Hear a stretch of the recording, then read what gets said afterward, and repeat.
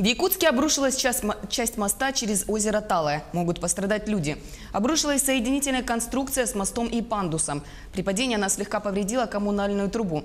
Сейчас возле моста находится наш корреспондент Анастасия Данилова. Анастасия, здравствуйте. Что известно по этому случаю?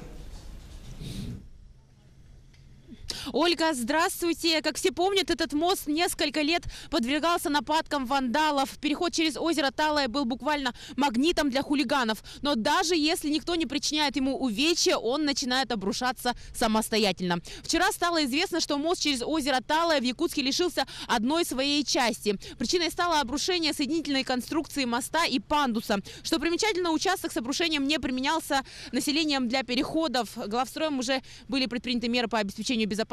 Сразу после распространения фотографий в интернете был осуществлен выезд специалистами. Они выяснили степень разрушений и опасности, а на данный момент обрушившуюся часть моста временно огородили от посещений. Пока это вся информация по этому случаю. Ольга? Спасибо большое, Анастасия. Я напомню, что на прямой связи с нами была наш корреспондент Анастасия Данилова.